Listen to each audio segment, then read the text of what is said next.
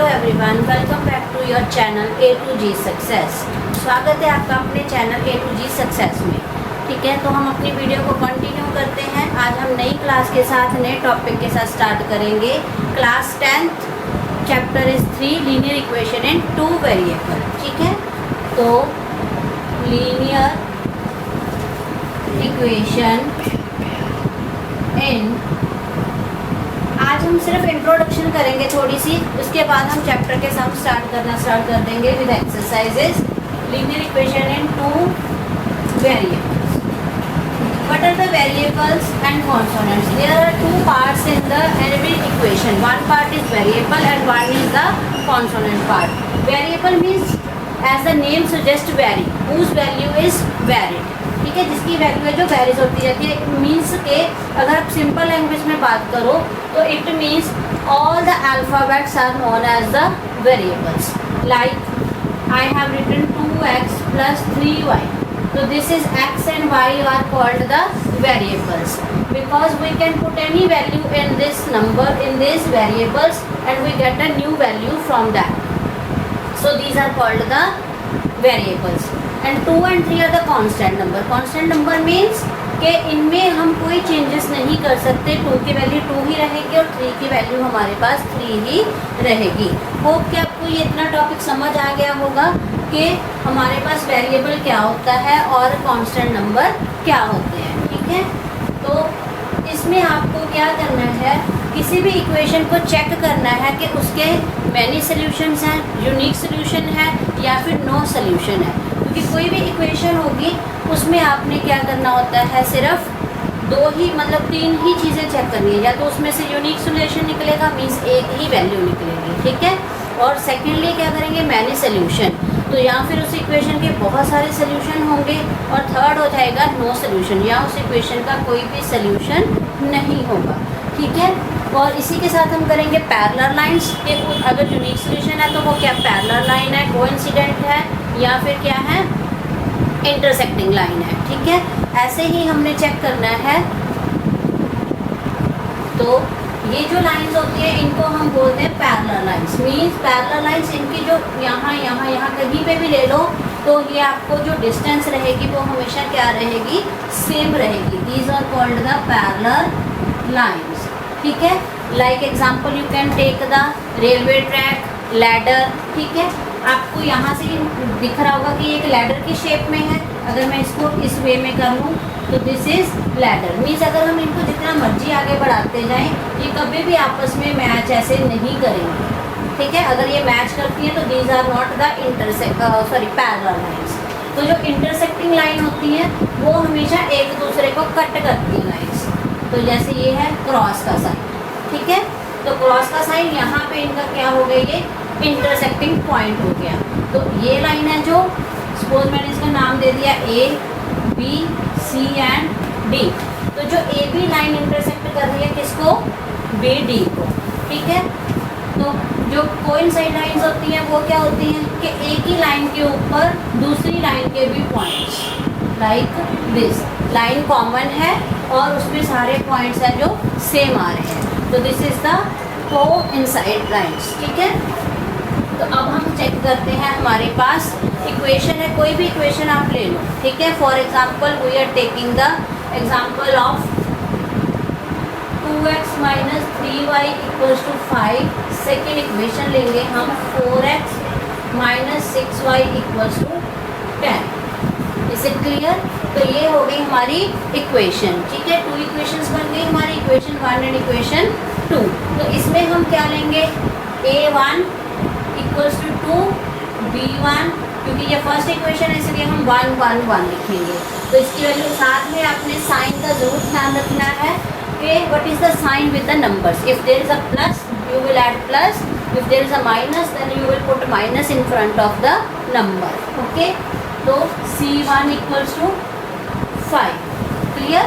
Next is a2, this is the second equation, so we will write here a2 4, b2 -6 and c2 10।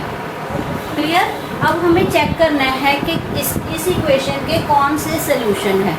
Unique है, infinite है या फिर no solution है। तो that's the formula for these things, A1 upon A2 equal to B1 upon B2। अगर ये not equal आता है, ठीक है, A1 upon A2 not equal to B1 upon B2, this is the sign of not equal to. तो इसमें जो lines बनेंगी वो क्या बनेंगी, इंटरसेक्टिंग। यहाँ से ध्यान रखो कि ये लाइन कट कर रही है, ठीक है, तो इसमें ये कौन सी लाइन बन गई, intersecting. Clear, this is called the intersecting lines, ठीक है। तो अगर ये हमारे पास A1 A2 B1 B2 equals to आ रहा है, हमारे पास सेम आ रही है वैल्यू, तो हम क्या करेंगे, इंटरसेक्टिंग लाइंस। और इसका जो सोल्यूशन होगा वो क्या बनता है हमारे पास, यूनिक सोल्यूशन। क्या बनेगा, यूनिक सोल्यूशन, मीन सिर्फ एक ही सोल्यूशन बनेगा। नाउ वी विल चेक कि whether these are intersecting unique.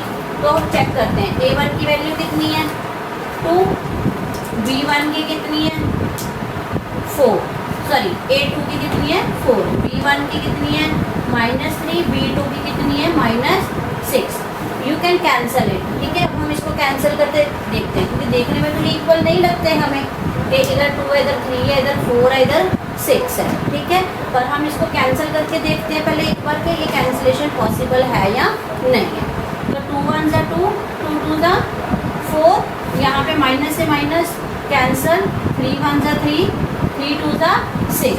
तो अब देखो ये 1/2 और 1/2, ये कंडीशन हमारी फुलफिल नहीं हुई, क्योंकि इंटरसेक्टिंग के लिए हमारी कंडीशन क्या थी कि ये नॉट इक्वल आने चाहिए, लेकिन यहाँ पे क्या है, ये इक्वल है। तो these are not the intersecting line और ना ही इसका यूनिक सोल्यूशन है। तो इसके लिए, तो अब देखो हम इसके साथ इसको हम यहाँ पे फिर इरेज करेंगे, हम लिखेंगे इक्वल्स टू, ठीक है, इक्वल्स टू ले रहे हैं, साथ में हम ले रहे हैं C1 एंड C2। इसकी वैल्यू देखो 5/10 और इधर भी 5, इसको भी कैंसिल करो तो यहाँ पे भी ये क्या आ गया 1/2। अब देखो ये तीनों ही इक्वल हो गए हैं। जब ये तीनों इक्वल हो जाते हैं तो हमारे पास क्या बन जाता है, मीन्स जैसे मैंने बताया था कि एक ही लाइन पे जब इक्वल ही पॉइंट आ जाए तो मीन्स हमारे पास ये बन गए हमारे पास को इंसिडेंट, ठीक है। को इंसिडेंट मीन्स जब हमारे पास तीनों ही वैल्यू सेम हो। तो अब हम चेक करेंगे इसके साथ वैल्यू लिख के C1/C2। C1 की वैल्यू कितनी है 5 और C2 की कितनी है 10। तो देखो अब इसको भी कैंसिल करके 1/2 आ गया। तो ये लाइन हमारी क्या बनेगी, को इंसिडेंट। तो इसमें हमारे पास जब को इंसिडेंट होता है तो इसके काफ़ी सारे सोल्यूशन बन जाएंगे, मैनी सोल्यूशन, ठीक है। इसके क्योंकि कहीं पे भी आप डॉट लगा सकते हो, इट मीन्स मैनी सोल्यूशन, ठीक है। एक ही लाइन पे आप जितने मर्जी डॉट्स लगा सकते हो ना, तो इट मीन्स मैनी सोल्यूशन, ठीक है। तो नेक्स्ट एक कंडीशन हमारी और रह गई, इंटरसेक्शन हमने कर लिया और कोइंसिडेंट कर लिया। अब हम करेंगे पैरेलल लाइंस।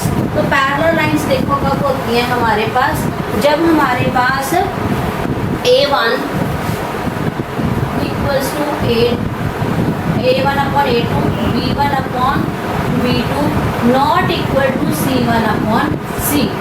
तो ये बनती है हमारे पास पैरेलल लाइंस, ये बनती है हमारे पास पैरेलल लाइंस, ठीक है। तो पैरेलल लाइंस के लिए हम क्या करेंगे, अगर मैं यहाँ पे वैल्यू चेंज कर दूँ, इसको मैंने यहाँ पे वैल्यू ले ली 4, यहाँ पे ले ली 9, तो 4 और 9।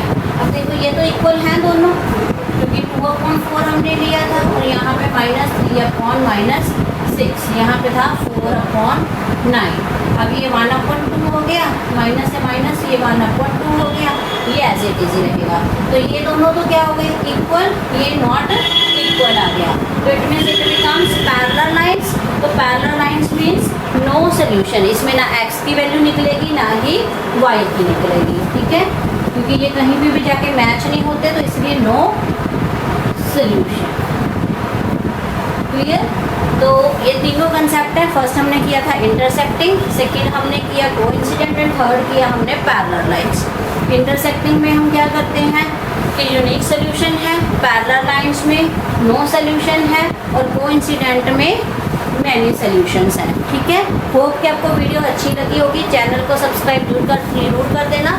तो हम क्या करेंगे, नेक्स्ट 3.1 एक्सरसाइज से फिर मिलेंगे नेक्स्ट वीडियो में। तब तक के लिए बाय बाय।